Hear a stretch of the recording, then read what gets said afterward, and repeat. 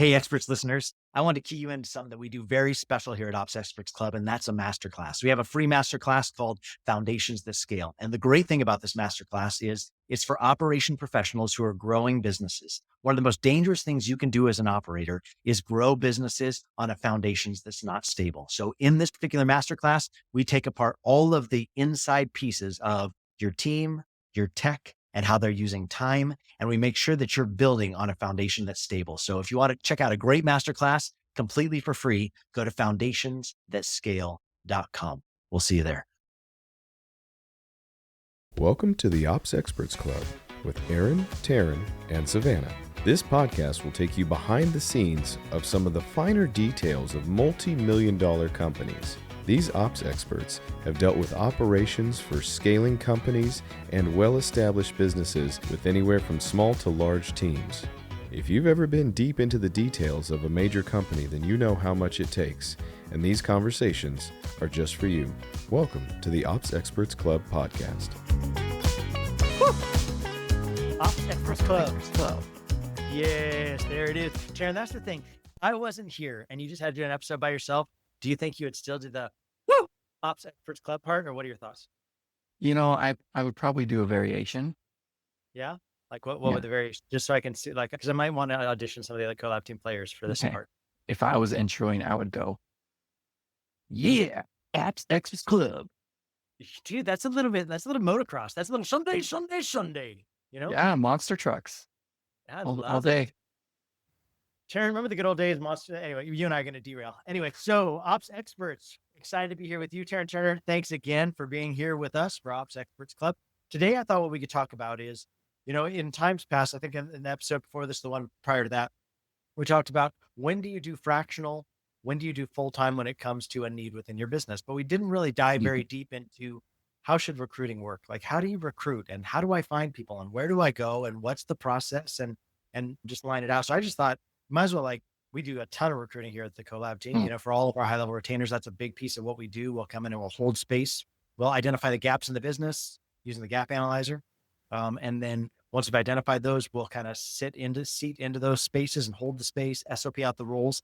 And then the next step for us is recruiting. We'll go out and recruit somebody, do all the interviewing process, bring them back, and then allow the client to decide who they want to choose and then help with the onboarding. That's what we're doing all the time. So at any given point in time, we have 5 to 10 recruiting projects going always. We have, I think 3 or 4 different recruiters always working.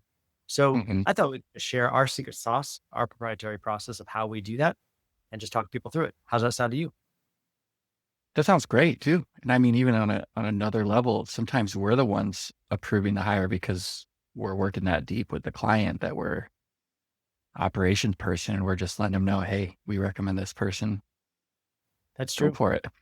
No, that's true. I do think a lot of visionaries don't want to get that deep in the weeds, like they just they want to trust our expertise. Obviously, we're the fractional operator at the time before a hire is made at that level.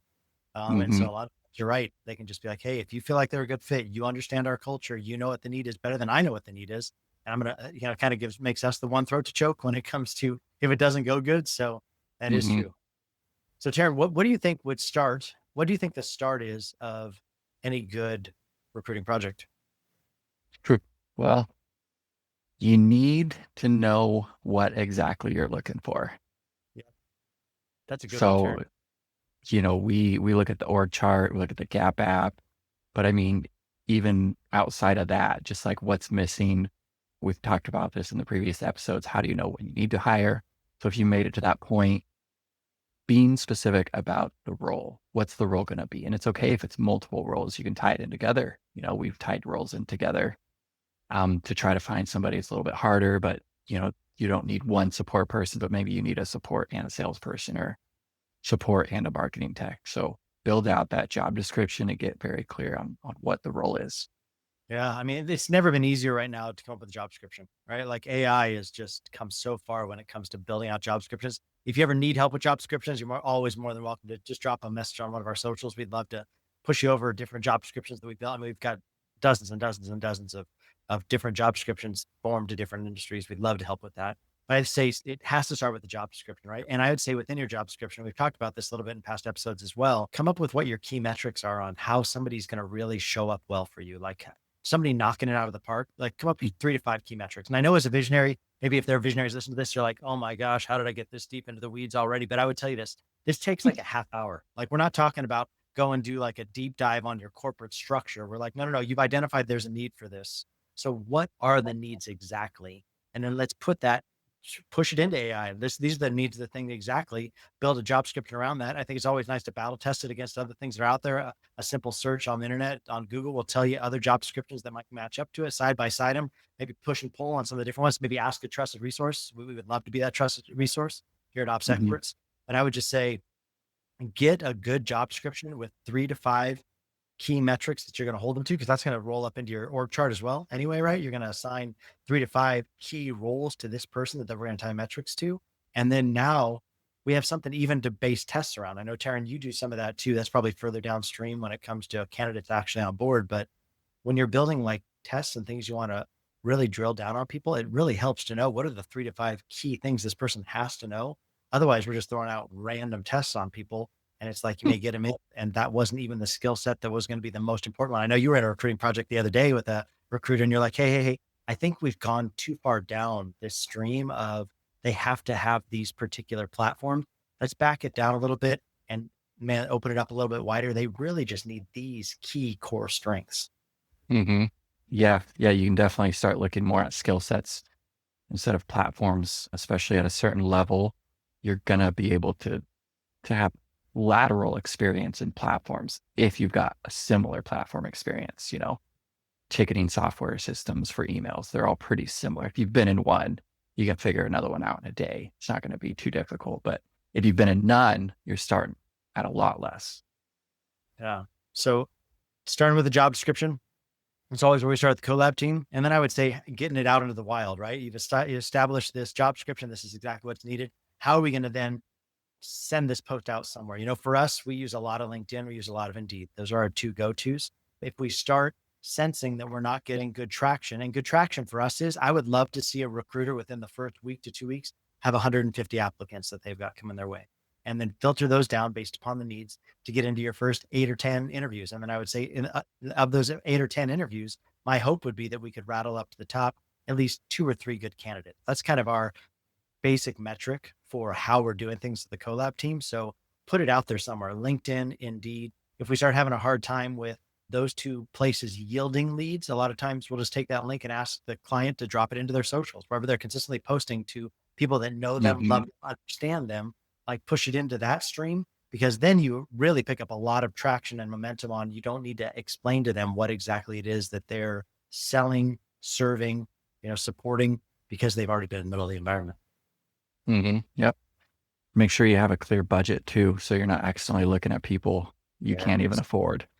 Yes. And I would say typically for us, when we start a recruiting project, we don't always put in like budgetary constraints. A lot of times that's how we'll throttle it down. If we're just starting to get crazy numbers, there have been recruiting projects with hundreds and hundreds of applicants. Well, okay, let's throttle it down a little bit. Let's make sure we have that conversation first with our first 8 to 10. Let's change the post to make sure it's understandable from the post what we're looking for in the price point. But you're right, Terryn. Like if you're coming in and you're saying, hey, so my hiring budget is 45K a year or 60K a year, and you're looking at applicants 80K and 100K a year, well, then we're fishing in the wrong pond. So there's something wrong with the way that you're posting if it's yielding the wrong thing. So be very specific. And I'd say just tricks to the trade. Be careful the job title you're giving to this role, right? Because there are certain levels of experience that people have or expect with certain pay grades, right? So a very common misstep I see people say, I see people use is the word manager, when really they're not managing people, they're managing process, right? Because if you're managing people, then there's probably going to be a little bit of a lift on what the pay expectation is. Why? Because you have direct reports, right? But if you're managing a process, then that likely isn't going to be as expensive of a hire. So don't call them a manager, call them a coordinator, call them a specialist, call them something that is going to call out loudly, hey, we don't need you to manage people, and we're not going to pay you a manager grade that is expected to pay people that high. Yep. Yeah, that's where title becomes very, very important too. Yeah.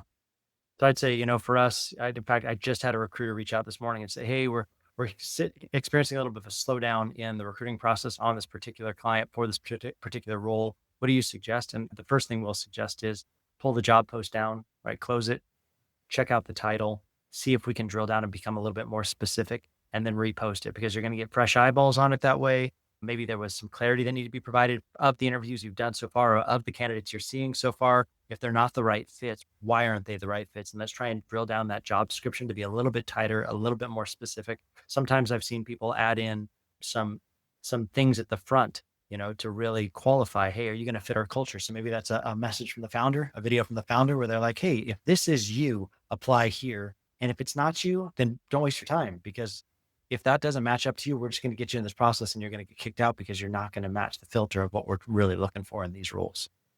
Mm-hmm. Yeah. We've definitely gotten a completely different turnaround once you change that job description title too, without even realizing it, you're asking for the wrong people. That's right. Often told by who's applying and who you're interviewing, right? So if you start really getting into the throw of things and you're like, we are very clearly going down the wrong way, whether that's the wrong skill set, whether that's the wrong pay expectation, there's something wrong with this that it's yielding those things. I think really this is just another form of sales, right? It's like fishing, right? You're using the wrong lure if you're not catching the right fish, right? You're using the wrong fly setting. If you're not yielding the right fish biting on the fly, that probably means you're not matching the hatch, right? In fly fishing, I think it's very similar with job descriptions. Like if you're out there fishing with the wrong thing and you're bringing back the wrong yield or not enough yield at all, very, very likely it's not the pool you're fishing in, it's the way that you're fishing for it. So really challenge, is this job description matching what I'm looking for if it's not yielding what I'm expecting? Mm-hmm. Terryn, I think I you're know spot on with those fishing terms too. You should use fishing analogies more often. Is it better than my other analogies? Because I think the other ones I get really tangled, right? I'm like, is it two, two birds in the bush? Like what is it that I'm trying to fish in the hand better than not? I mean, I can get really tangled. So Terryn, we've got the applicant out there, right? We push it on LinkedIn, we push it on Indeed, we push it maybe on their socials. We've created a database. We've started doing our initial interviews, right? The vetting process has gone on. We've vetted it down to the top 8 or 10 candidates that we're going to do interviews with. We've identified we really like the top 2 or 3. I know typically that will happen. We've done the first interviews, right? We really like them. For us at Collab Team, we create 2 different ways of tracking. One of that's a dashboard where we're tracking all the applicants and we're rating them A, B, and C. Only A candidates get rattled back to the client, right? But we're also capturing it all in our notes too, right? We're taking very detailed notes on everything that we're interviewing based on. And we're asking people, the top candidates, for a 1-minute interview. Like, hey, give us a 1-minute preview of why you should be selected for this position, right? Because we want to hear them. Are they excited about it? Are they not excited about it? Are they just out there just blasting the internet with resumes and they're just seeing what lands? Or are they really excited about this position that they've interviewed for? And if so, then a 1-minute introducing yourself shouldn't come that hard, but you'd be surprised how many people won't do that. And if they're not willing to do that, if they don't want it bad enough to do that, this isn't the right fit for them anyway, right? And so you've got them to that spot. You've done all your initial interviews. You're ready to rattle up the client. But oftentimes, lots of our clients are going to ask us for, hey, will you put them through some sort of testing? Either comes after the second interview or before the second interview, depending on the client. But Terryn, I know you've created a lot of testing when it comes to tech interviews, because that's what you specialize on here at the CoLab Team. You're the head of the whole tech wing of what we do here at CoLab Team. Maybe talk a little bit about some of the testing you've done and some of the results you've seen from pushing people through some sort of vetting process of testing. Yeah, the cool thing about some of the tests I've ran is when you do it on Zoom, you can allow people to control your screen. So you can set up a live testing scenario without even giving them access to things you don't want them to have access to. You can already be logged in on your screen and you can have things pulled up and you can just ask them to walk through setting something up for you inside of your own CRM or tech platform or anywhere else in a way that is not going to break anything. And so you can watch them actively work on something and see how they're working through it, if they're asking questions, if they need help. So that's been a fun one to do. That's the only one I've really done live because I don't want to give access, but I want to see how they do things within our own applications they might not have access to. Other than that, so smart, dude. And I think live testing, dude, I'd be so freaking stressed if Terryn Turner would sit with me on a call asking me to do stuff. That's rad. I love that. Yeah, it's been pretty fun. Maybe they are stressed out a bit. Maybe that's why it doesn't go well.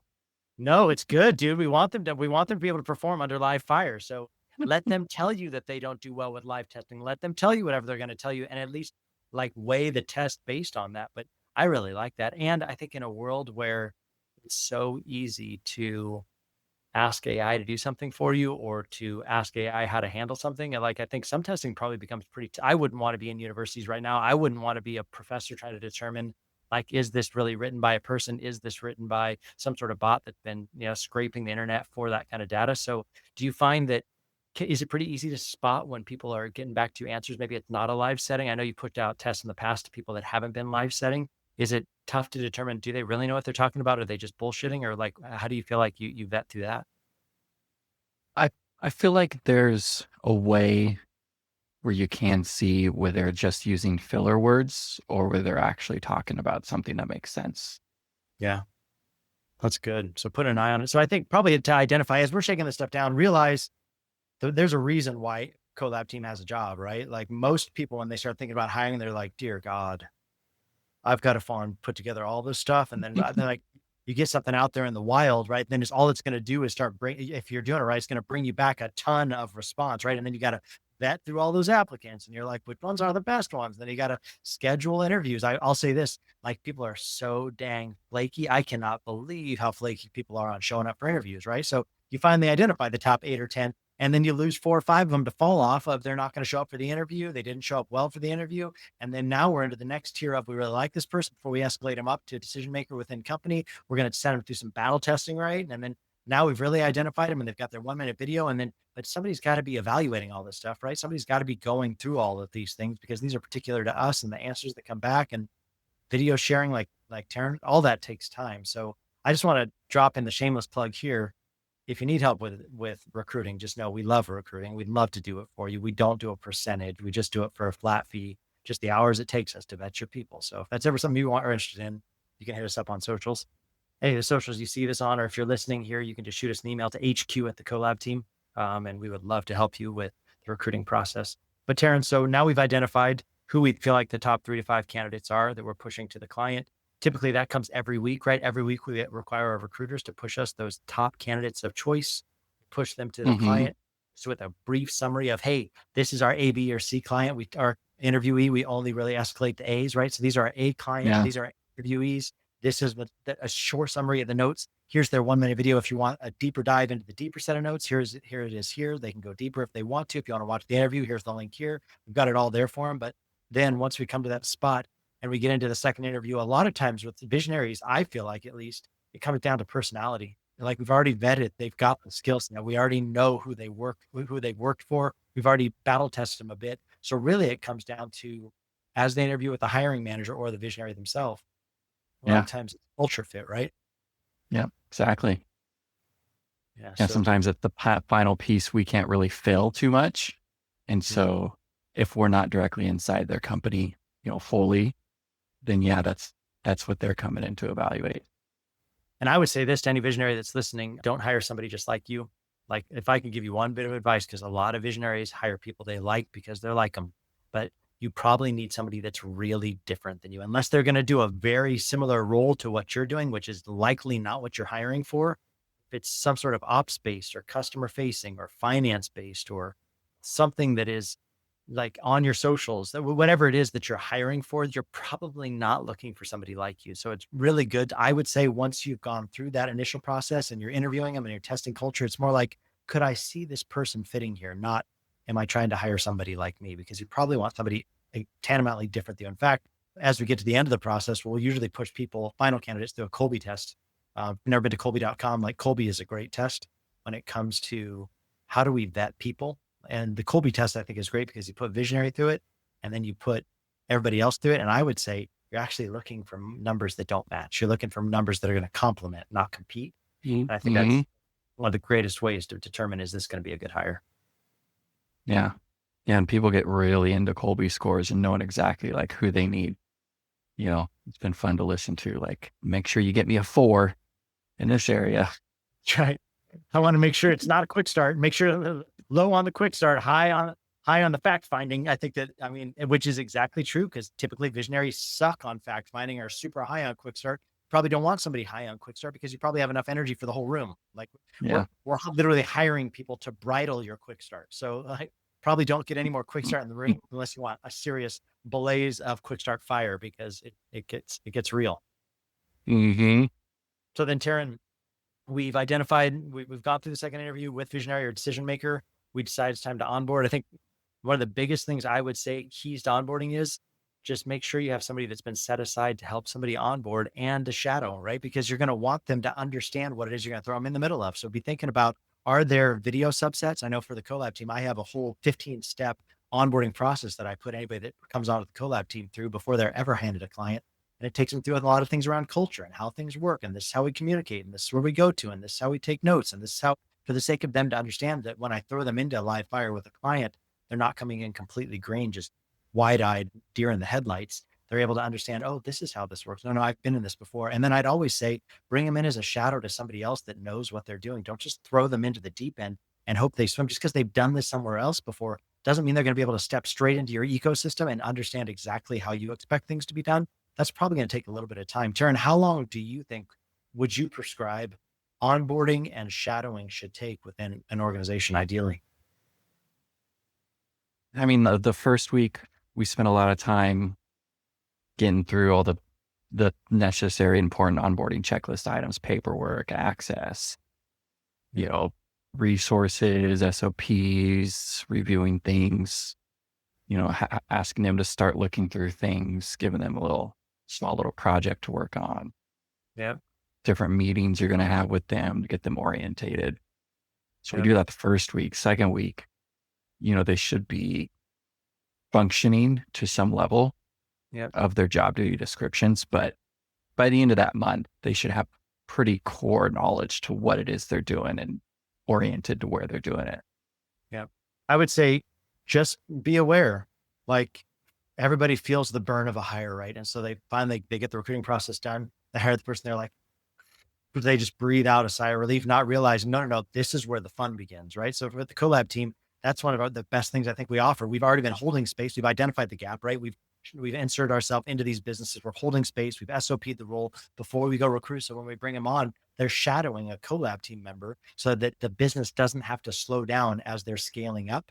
But if you don't have somebody like this, at least make sure you've identified somebody on your team that's going to handhold this person a little bit and be really careful how directly in front of clients you're putting them. Because if they're client facing, especially, and that's the fastest way to get egg on your face is by them not understanding and them misrepresenting you. And then you're super frustrated because they're choking the process instead of, no, they probably are just going to need a little bit of time shadowing, especially if they're customer facing.